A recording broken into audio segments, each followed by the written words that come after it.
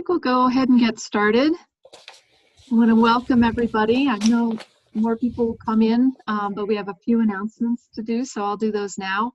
My name is Kathy Mitchell-Garten. I'd like to welcome you to this session of the Members in Transition project with Dr. Christine Economides, talking on net zero carbon opportunities. It's being hosted by the Rocky Mountain Association of Geologists, which is myself and Debbie Watkins, and lots of great volunteers. I want to thank our collaborators in the Rockies MIT project. We have AAPG, SPE, the Women in Oil and Gas Association, the Colorado Oil and Gas Association, the Women's Energy Network Colorado, the CU Global Energy Management Program, and the Denver Well Logging Society. So a lot of great associations. And just as a reminder, if you have made a transition or moved, please let the associations that you're members of know, so we can keep track of you and keep you in the loop. So a couple of announcements about upcoming webinars next week. Next Wednesday on November 11th, we'll be hosting a panel discussion on making the leap from operating company to service company employment, or vice versa. And then that one is at, that's a noontime session. And then on November 19th, the following week, we'll have a panel of advisors from Merrill Lynch talking about tectonic shifts, navigating changes in the energy sector. So registration is open for both of those on the RMAG website. And then RMAG has a couple more sessions of our data science symposium coming up next week and the following week. And the session on the 17th is going to include a discussion on data science. So that'll be a moderated discussion. So bring your ideas and questions. We have the group decide what they want to talk about. So that should be a good thing for you guys to attend. Those are also, registration is available on the RMAG website for those, and they are open to all. So I want to thank Deb Ryan for moderating today's conversation. Deb is the Senior Manager of Engineering at Sproul and is the SPE North America Regional Director. So I will turn it over to Deb. Thanks a lot. Thanks so much, Kathy. And thank you to the Member in Transition group for asking me to host Dr. Christine Economides today. It's my absolute pleasure to be here. And like I said, I was watching people coming in as people are logging in, it's nice to see a lot of really familiar faces. So we all know that the energy industry is shifting, and that includes what we as both petroleum engineers and geologists are not only going to be doing in the future, but what we're also doing now. And this paper that we're going to watch by Dr. Christine Economides that she presented at ATCE last week starts to look at some of these energy transition options that we're hoping will start to inspire our engineers and geologists to be discussing and exploring options, not just now, but into the future as well. So I'm going to read, I've got Dr. Economides' bio here as well, which is very impressive. But after working 20 years for Schlumberger, Christine Economides was a professor at Texas A&M for 10 years and is currently professor of petroleum engineering at the University of Houston. At Texas A&M, she developed a comprehensive sustainable energy course and is currently active in the University of Houston Center for Carbon Management and Energy. She holds a PhD in petroleum engineering from Stanford University, a master's in chemical engineering from the University of Kansas, and a bachelor's in maths and science from Rice University. She was a member of the National Academy of Science Committee that developed the America's Energy Future Report, and we're very honored to have her here today. Just before we press play on the presentation from last week, once the video is finished, so it's about 20 minutes long, Dr. Economides and I are going to open up the floor to discussion. You can either pop your questions in the chat while the video is going or hold them for afterwards. There is a raise your hand function that you can do if you open up the participant window. You should be able to see that raise your hand function, and we can call on you. But not just we won't just be answering questions, but we're also going to be putting some questions back to the group. You know, we want to really try and provoke some discussion about your thoughts on this topic with Dr. Economides while she's here, and particularly around, you know, how our industry is going to be evolving, and the work that Dr. Economides has done as part of this paper. So with that, we can pop over to the recording.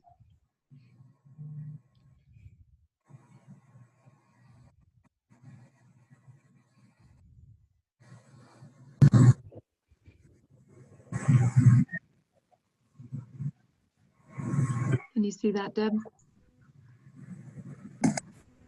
Yeah, it's coming on now. Great.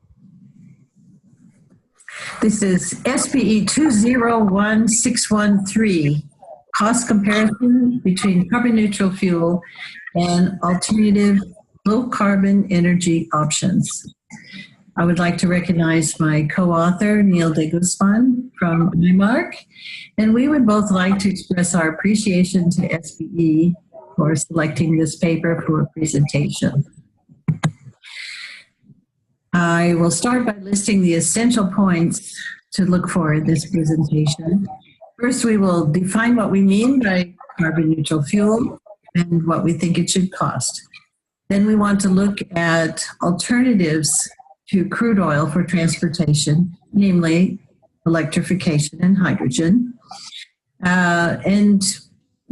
It's important to note that the options we see in this presentation suggest increased natural gas demand in the future and most likely reduced crude oil demand. And that implies a need to be aware of the implications of reduced crude oil demand on the not-to-be combusted crude oil products and essential products for military, aviation, and navigation fuels. And we will also see the importance of carbon capture, utilization, and storage, or CCUS. Well, let's start with a rather sobering pore space reality. I think carbon capture and storage, CCS, originally started with the idea of storing carbon dioxide produced by combusting coal for electricity generation in geologic formations. So there's a very big challenge to that, because if we start with a cubic meter of coal, the carbon dioxide density is much smaller, so it takes 8 times the volume. And it will go into pore space. Coal occupied 100% of the pore space. It will go into some kind of porosity.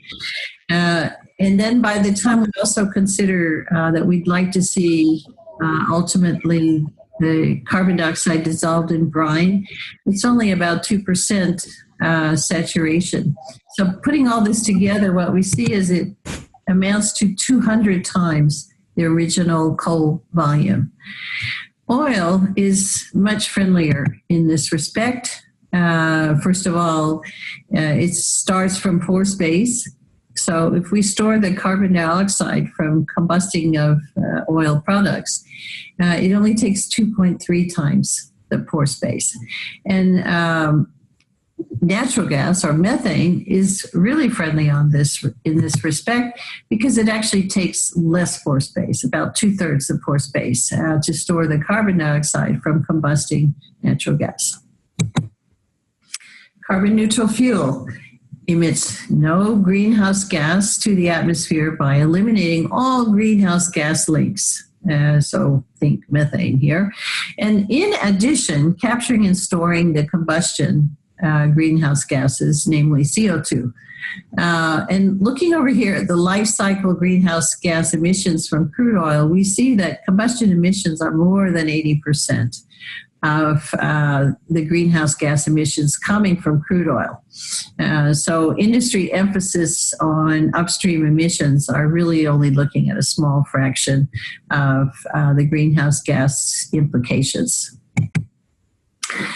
This slide comes from the National Petroleum Council report at the end of last year, and it's also showing a sobering reality. We are seeing the 80% of stationary point source emissions, the largest 80% in the U.S., and looking at them one by one at their CCUS costs.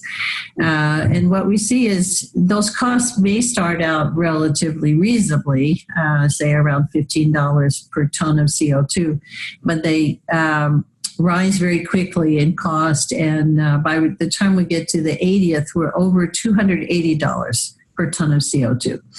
And these actually don't even represent half of total U.S. emissions. But a key point for petroleum engineers, what we could be doing in CCUS is the storage of the CO2. And the cost of that is typically around $20 a ton of CO2. So these high costs are in the capture. And until capture costs go down, I don't think we're going to see a whole lot of opportunities for petroleum engineers with CCUS. Now, another way to capture CO2 is from the air, and this is what you call direct air capture, or DAC. And so what I want to suggest is that we could be using otherwise flared, stranded, associated gas. So in the Permian Basin, we do have a lot of flaring, and we could be using that gas. We could power these DAC units to capture CO2 from the air. And because this is otherwise flared gas, we don't have to pay a market price for it. And I think that reduces the cost a lot for DAC. And so I think when you get to a fully developed stage, you're talking $100 to $140 per ton of CO2, which makes this quite competitive with more than half of the point source options studied by the NPC. So this is actually more expensive than negative emission technologies or nets, but I think it has a much smaller land footprint, and I think it's far more verifiable. And what's really interesting is that the tight oil that has been game-changing for the United States is very gassy. It has a lot of associated gas. In fact, it has enough associated gas, enough methane in the associated gas to power CO2 removal from the atmosphere equal to what will be emitted by the products that will be refined from the crude oil barrel. So this is pretty interesting. That's carbon neutral fuel, effectively.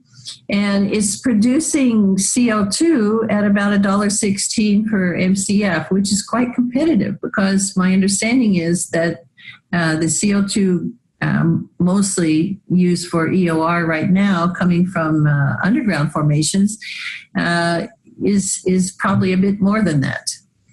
The cost of your crude oil barrel would go up about $10 per barrel. And if we want to talk about what it might cost to consumers, I think between 23 and 28 cents per gallon. This is including the geologic storage costs at $20 per ton, or that works out at 20 cents per gallon. So some advantages to carbon neutral fuel. We don't have to change any infrastructure. We just market crude oil at a slightly higher cost. And it would bring new jobs requiring petroleum engineering expertise for the geologic storage. And it also avoids a petrochemical products dilemma that I'll come back to in a little bit. One thing it does not do, it does not address urban pollution in the form of NOx, SOx, and volatile organic carbons. And I think we started to notice this kind of thing, unfortunately, during the lockdown with the coronavirus. This is a generalizable idea. The study in the paper was done on Permian Basin oil, but basically I think it works for any light crude oil, and it's attractive when you have stranded associated gas. You don't have a market for it, so use it to capture CO2. Another carbon neutral transportation fuel option that's definitely worth our attention is blue hydrogen. What is blue hydrogen? Generate hydrogen from natural gas, capture the CO2 from that generation, cheap kind of capture, one of the cheapest ways to get CO2, store it underground. Interesting idea might be store it in depleted natural gas reservoirs. We saw that from my early arguments about the pore space.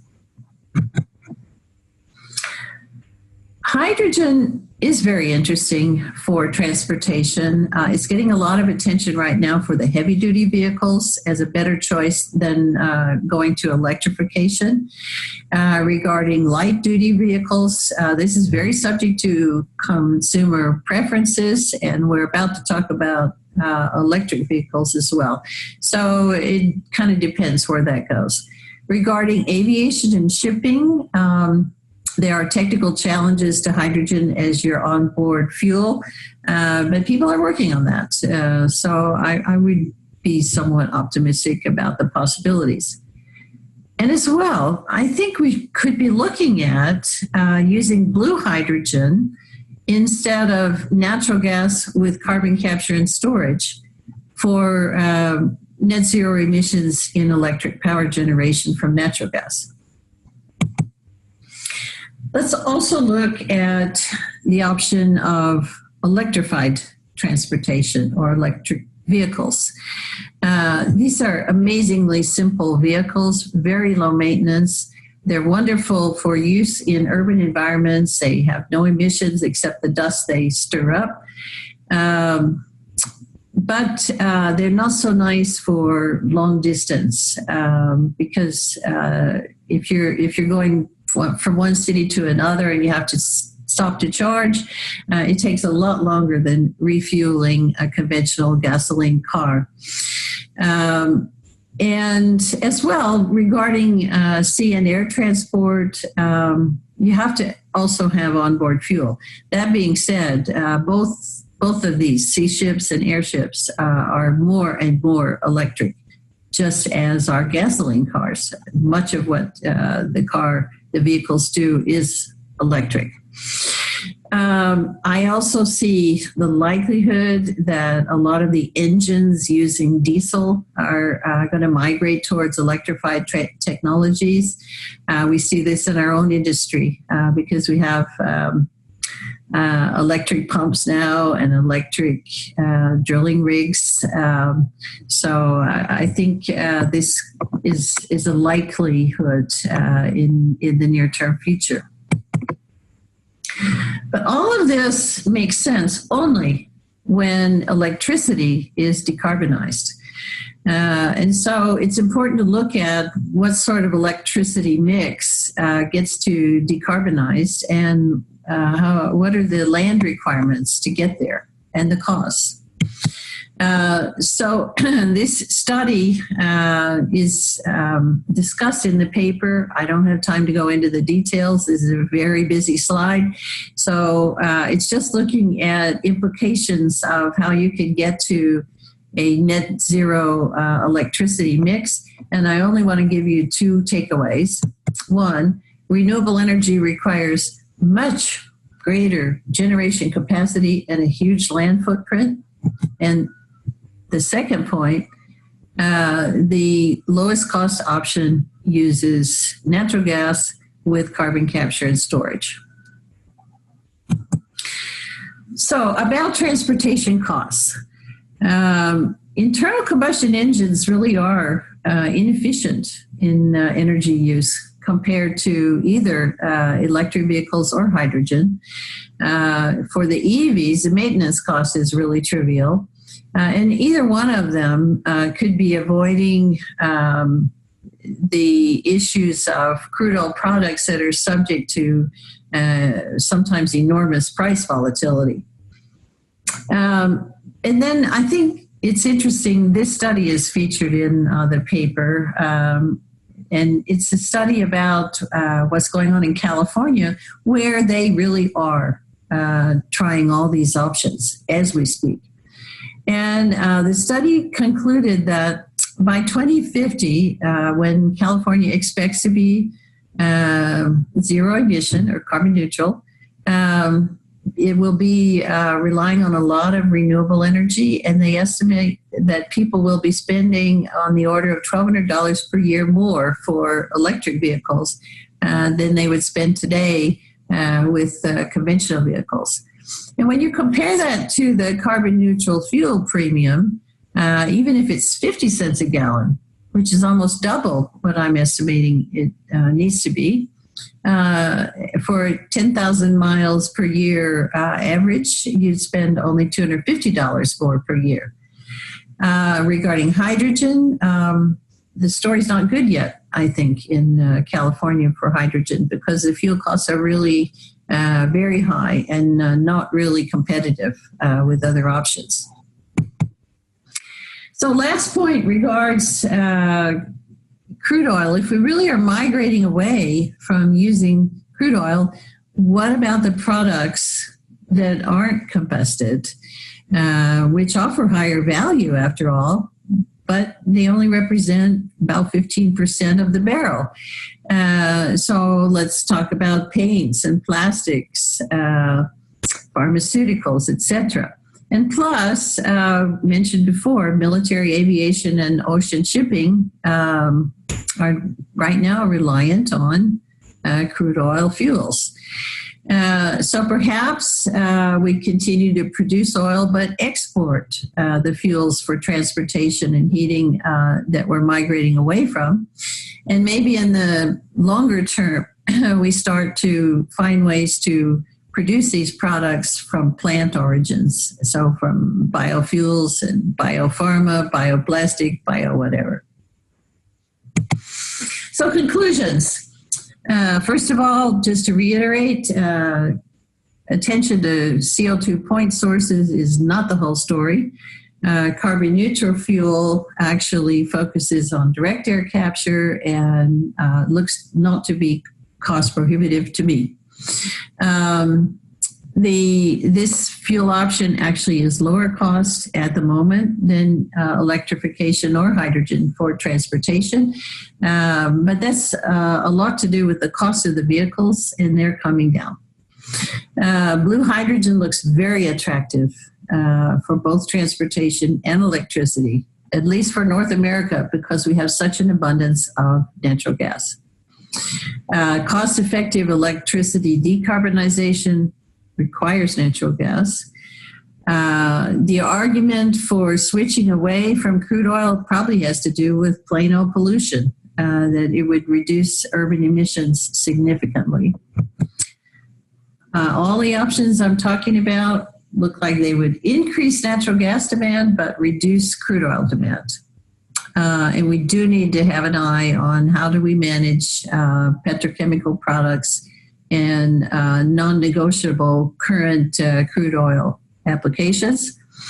And really good news for petroleum engineers. We really don't need to have the companies switch to only to renewables like turbines and solar PV. We can put a lot of petroleum engineers to work in the CO2 storage arena. And I think we get to zero emissions goals much faster by doing so. Thank you.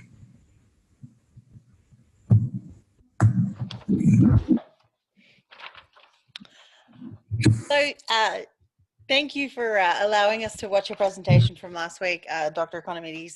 For those that didn't attend ATCE, It's really nice that we can, the way the videos and stuff are being captured now, it's nice that we're able to reuse them. So before we go to some of the things you and I have been talking about, there's a couple of questions that have come in on the chat. The first from Holly Lindsay, she was asking about your pore volume calculations and the volume numbers for the CO2 storage in the pore space, sorry. She's asking, are they in standard temperatures and pressures or in reservoir conditions? I think you might still be muted as well. There we go. Perfect. I was trying my space bar, but I did the wrong. Yeah, they're reservoir conditions. So yeah, I think they're pretty accurate. Cool. No, appreciate it. And then the second question we got in the chat, and for everybody else, I know you know, you're probably still thinking about some of the conclusions from the paper and stuff like that, but please pop your questions in the chat or put your hands up like we said. But then a question came in from John Lead as well that asked for a little bit more explanation on the direct air capture costs. And then he had a comment in here as well that said, I heard that you had said in the paper 100 to 140 per ton of dollars per ton of CO2. And if 1 ton equals 20 MCF, he's asking, doesn't that convert back to about $5 to $7 per MCF? And what is that? Again, remembering that in the cases when gas is flared, it's you know, sometimes considered a waste product, but in a lot of parts of the country, that is definitely not the case. So yeah, a little bit more detail around the direct air capture costs. Great. Yeah, I think a big part of the discrepancy that this questioner is pointing out, John Leeds, has to do with the 45Q.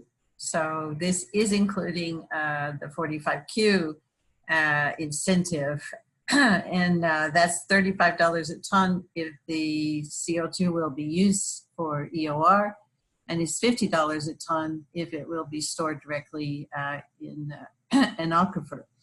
The other thing is, I absolutely agree, natural gas is not free, but if you are venting it, I hope not, or flaring it, then that's what I'm really talking about, and I could say that. So what I actually charged for the natural gas was 20 cents an MCF, which is based on the cost I was told is typical for artificial lift using associated gas.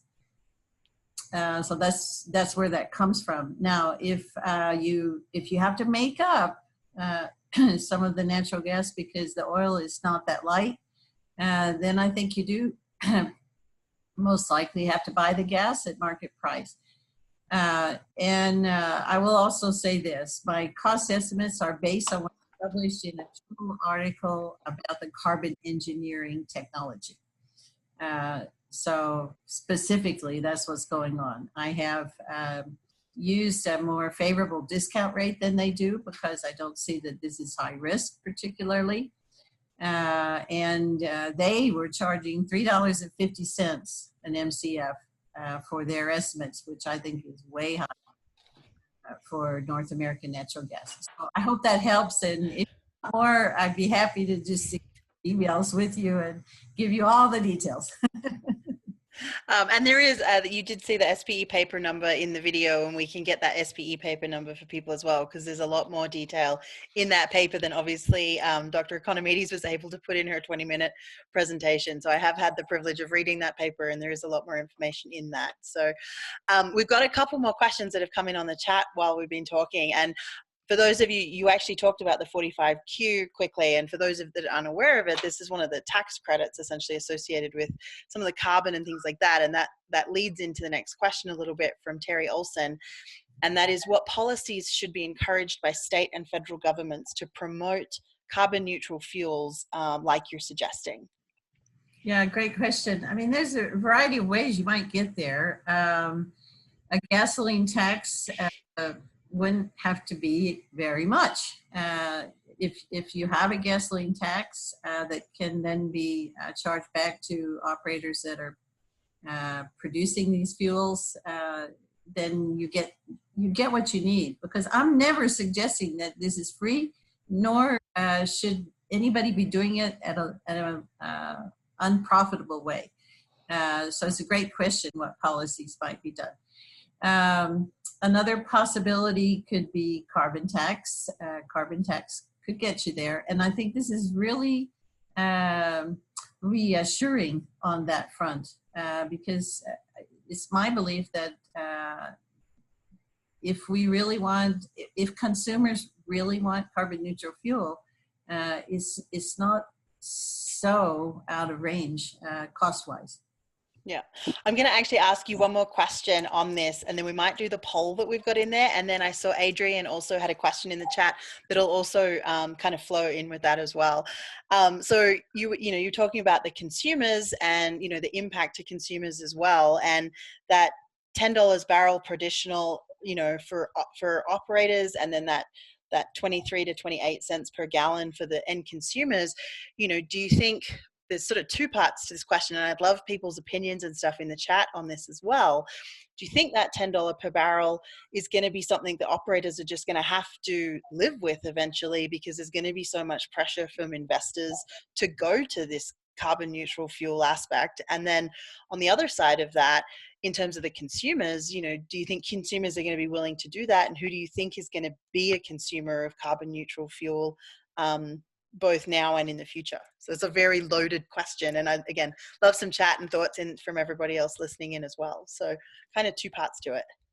Yeah. Many of our listeners may be too young to remember this too much, but in 1975 the US took a decision with a brand new EPA started just a few years before that under the Nixon administration, took a decision to move away from leaded fuel. So, if you ever hear people talking about at the coffee bar, I want mine unleaded, this is a play on words. Coffee's not leaded. It's a play on gasoline, which was leaded since 1920. And started to be a realization that this is actually impacting young children brains. But it actually got started not so much for the poison of the lead, but because of the catalytic converters that were being encouraged or required in automobiles. And the leaded gasoline was poisoning the catalytic converters. Okay, enough on all this technical detail. The really interesting punchline to my story is that by 20 years later, we were totally off leaded gasoline, and consumers were paying more for the cars with the catalytic converters, more for the fuel. Without the catalytic converter, the unleaded fuel was less efficient, so you got fewer miles per gallon, and people did it. Nobody fought this. I mean, maybe somebody did, but the public generally accepted this. There were riots about higher fuel prices. And that makes me think that it might be possible that the American public would agree. Yeah, we'd rather pay a little more per gallon and feel okay about using crude oil. So that's one way to look at it. Let me see, was there anything? Maybe I've said that was the bit on the consumer side. And then it was like from the operator's point of view, if we're adding $10 a barrel to operating expenses to do direct air capture, obviously in the moment with the very stressed market, operators won't want to do it, but maybe there's going to be investment and investor pressure to do it. Thank you. Yeah, anyway. Thank you. I did really want to go. Yeah, no, it's a very loaded question, but and I do want to hear your opinion on it. Well, here's the thing. The major raise in oil rate from the United States, which has made us the top oil producing rate country in the world, it's light oil. We have the advantage on this. So if this became a global standard, we would start ahead. And so if in fact the investment community, led by the opinion of the public after all, went this direction, we may have a leading position. I think the Saudis can do it. I think it's not good for Canadian heavy oil. Not the best. Enough gas. But it changes the playing field a little bit if it becomes a standard. Yeah. And so Adrian, I'm not skipping your question intentionally, but we've just had a comment come in as well from Rue. And I want to go to that first and then we'll do the poll. So again, I really appreciate everyone's participation in this. It's fantastic. So Rue's asking, is there any existing policies in the US that promote carbon neutral fuel? There's a couple of pieces to this. What are the implications of us exiting the Paris Accord? And very much related to that question that we just discussed, or that point that we just discussed, are we only relying on investors or consumers driving the pressure to be carbon neutral? I've got an opinion on that a little bit, but I'm going to let you answer it first. So that's a lot. I'd be very interested in your opinion too, but let's one at a time. So who promotes carbon neutral fuel? I believe California already does. Mm-hmm. I suspect, I don't know for a fact, but I suspect that what we hear Oxy talking about, because they plan to use the same vendor that I'm basing my estimates on, the carbon engineering, to generate CO2 that they want to use for CO2 EOR. And I suspect that what makes all this so profitable is the ability to sell it to California. Not sure, but it could be. Because California does have effectively carbon neutral standard. I forget what it's called. Maybe somebody in this group can help. Okay, then. So the implication of the US exiting the Paris Accord. Yeah, exactly. Maybe it won't be for long. Right? We've only got like 2 weeks left before they finish counting votes or something. I don't know. Who knows? Yeah. So otherwise, let's see what the last one about relying on investors or consumers. Yeah. Well, I mean, we pride ourselves in being market-based. So that is a pretty good reason to get there. But another reason, let me jump in here for a sec, because this is one that I'm pretty passionate about, and I know you've been involved with it as well. And I think historically, I think as an industry we have, but I think we need to be better about it. And this is where things like the GAIA program that SPE is currently launching, so that as an industry, we can lead this, not because of pressures, not because of anything else, but that we can lead the transition and be part of it and making sure that we're part of the conversation. We have to. And so I think yes, historically we have, but I think that doesn't mean that we should have.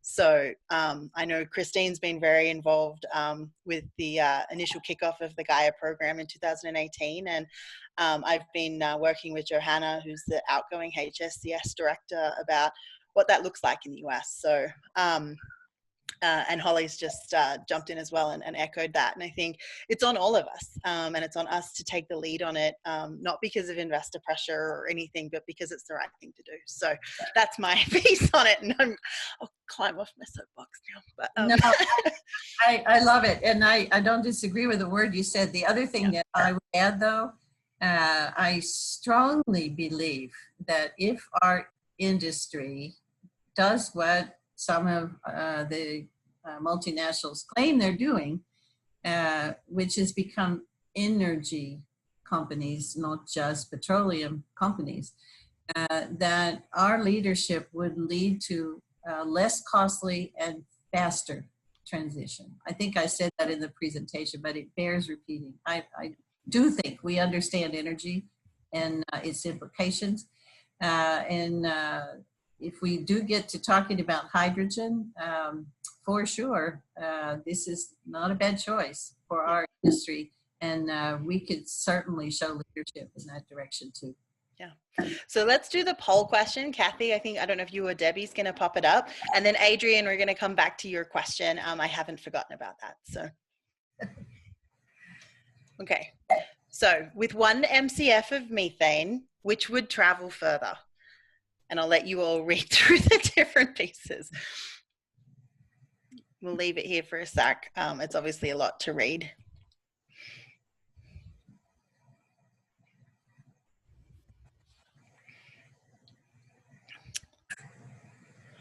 Okay, we're getting, some of you have managed to read through it all, and we're getting some of the responses back in. Deb, you might just read it in case people are on the phone and Oh, can't, good point. Sorry, that's see a it. great point, Kathy. So while people are still reading it all, so with 1 MCF of methane, which would travel farther, a conventional vehicle burning the methane in an internal combustion engine, A. B, battery electric vehicles using battery charged with electricity generated from methane, or C, hydrogen fuel cell vehicle using hydrogen generated from the methane. We've got just under 50% of people voted. We'll give people a couple more seconds.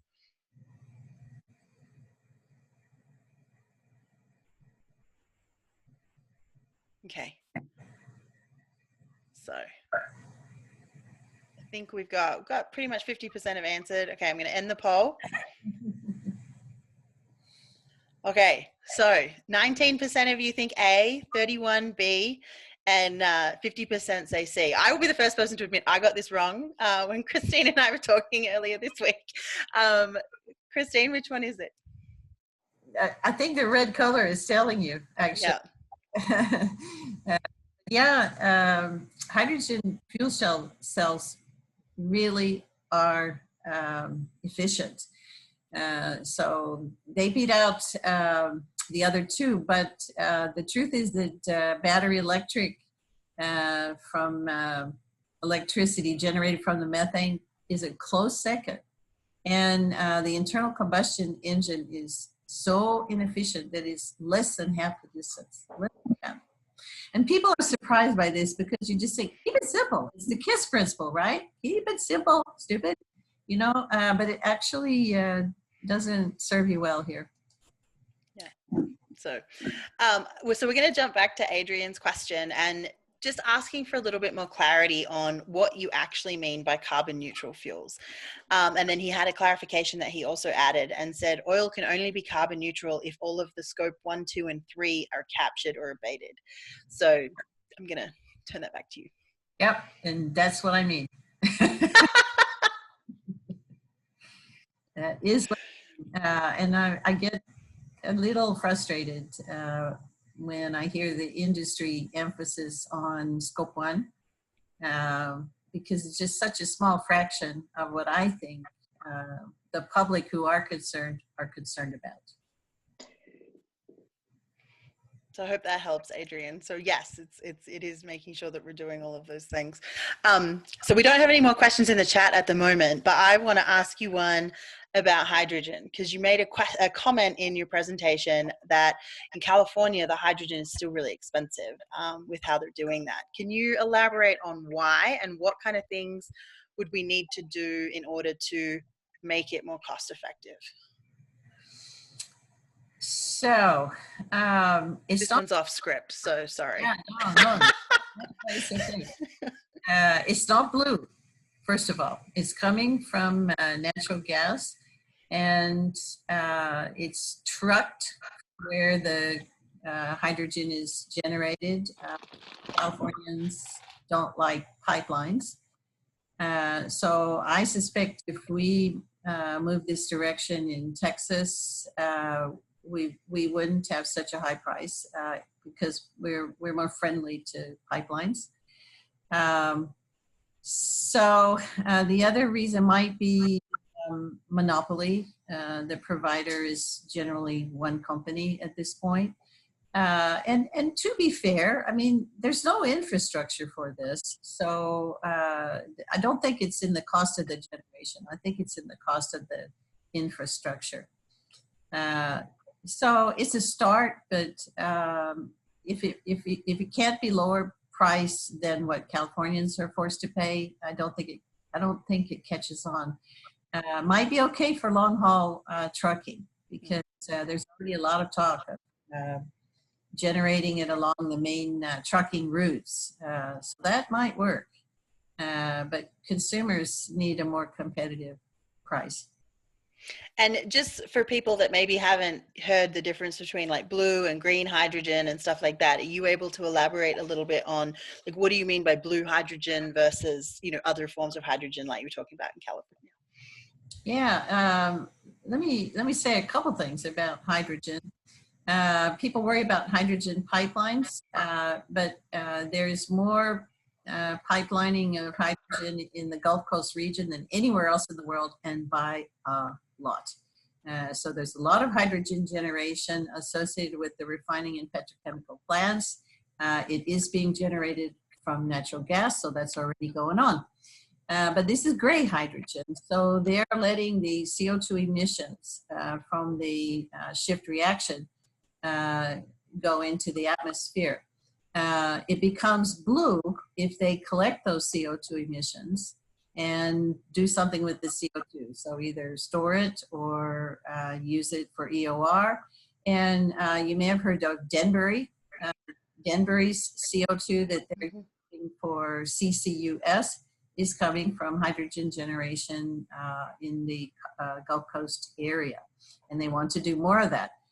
So they're already showing an example of what can be done with the blue hydrogen. Now, hydrogen that is generated from the electricity generation from renewable energy like wind or solar, this is called green. This is green hydrogen. And a reason why you would do that is because the electric grid operates exactly on demand. And if your renewable energy generation, say the wind blows really hard, is more than the demand, then this production or generation may be curtailed. And so the idea would be use it with electrolysis to generate hydrogen that can be stored. Electricity can't be stored, but the hydrogen could be. And that's green. So I hope that helps. Yeah, no, I hope that's good for everybody. I know when I first started looking into a lot of this and that there's like all these different types of hydrogen, it's very confusing. So thank you for explaining that for the group as well. So Adrian had a clarification question on the dollars per BOE. I think you can see them as well in the chat, but I think you had about $10 per barrel in terms of the cost for the carbon neutral piece in your paper. If I'm understanding Adrian's clarification correctly on that. Do you want to elaborate a little bit more at how you got to your additional cost? And it's why, you know, as operators, I think it's why people need to, or operators need to be figuring out the economics of this. So it's, yeah, let me hand over to you. Yeah, so again, it just, I would be happy to share the details with anybody that wants to see how I'm getting there. But it's coming from the carbon engineering example. There are a couple other companies that offer direct air capture, but I think they're way more expensive probably than carbon engineering. So I went with the least expensive. And I think carbon engineering is more transparent also on where they get their cost estimates. So it took me a while. I think I stewed on it for a year before I understood myself. But I think I do now. So that's where they come from. But to go into more detail, I just pull out a spreadsheet and show you. So it would be easier in an email. No, I hope that helps, Adrian, with the clarification on that one. So I've got two more things that we had talked about if depending on if anyone else pops anything in. I know we've got a few minutes left. But then for the CCUS, for the captured carbon, should we as an industry be emphasizing the point capture or the direct air capture? Yeah, so here's the thing. The point source capture really addresses what is going on in the upstream and midstream. It, in my opinion, has nothing to do with the emissions from combustion, except for coal, because you know, it's coming from the coal-fired power plants. So if you collect that, I guess you are offsetting their CO2 emissions. But if you want to, well, but there's emissions. So it's the same point I was making before. Sorry. If you want to address our CO2 emissions, to the extent that a big fraction of them are moving exhaust pipes, good luck. I mean, some people do talk about collecting CO2 from the exhaust and then bringing it to your service station where they're going to accumulate it and truck it away to somebody who can put it in the ground. But I mean, you know, I have a feeling that direct air capture way undercuts the cost of doing something like that. Particularly with what you're talking about in terms of these like these units that can run off natural gas, you know, where there is excess natural gas, or, you know, in areas you know, throughout the US and stuff like that, where it can be captured. So the last one is kind of a general kind of piece, I guess, in terms of, you know, the future role for petroleum engineers and petroleum geologists. You know, we're not just talking about, we're talking about subsurface here, you know, and I know we've got a lot of both disciplines on the call with us today. And, you know, should we, as, you know, this petroleum subsurface professionals, you know, be advocating producing carbon neutral fuels from CO2 EOR and using captured carbon, should we be using that captured carbon for that CO2 EOR work, and should we be advocating for that? And then part of that, like, as like a send out, like, what is your, you know, when you're talking about the net zero for the electrification of the grid and stuff like that, it is essentially natural gas and CCUS. And so, you know, your, as a final takeaway, sort of your future outlook for, you know, petroleum engineers and geologists as we go to that. Sorry, that was long-winded and I should have probably broken them up. But. But the bottom line is, it's not all bad for us. It's just we are consumers. And the world that makes these things profitable is going to cost more for the energy. And we use energy also. So we would want to accept that. But other than that, I think that the NPC report underestimated how much the role of CCUS could be, because they focused mainly only on, and they still do, mainly only on the point sources. They don't like to talk about the direct air capture. And that being said, it does take less land than planting trees or buying up swampland, which are negative emission approaches, negative emission technologies. But carbon engineering says it takes 80 acres to produce collect direct air capture from the atmosphere, 1 million tons a year.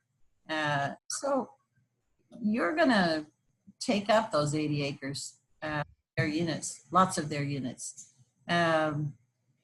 So it does, I mean, it will show, you know, you will see these operations from the air when you fly over. So I don't know, you could oppose it on that basis, I suppose.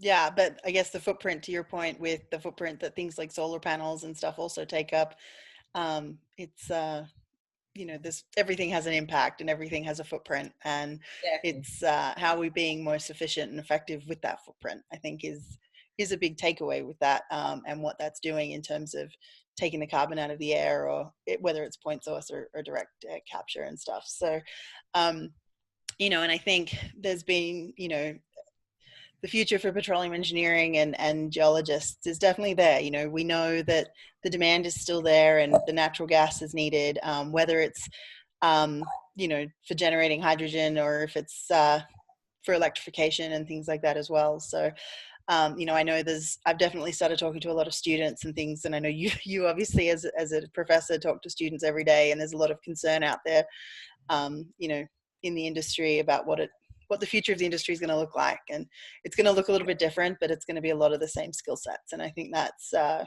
really important takeaway as well for everybody as well. Yeah, I really think so. I think we have a future. You know, if demand for oil is going to start to level, it may not reduce the demand for our core skills if it's because we are actually doing our due diligence about these CO2 emissions.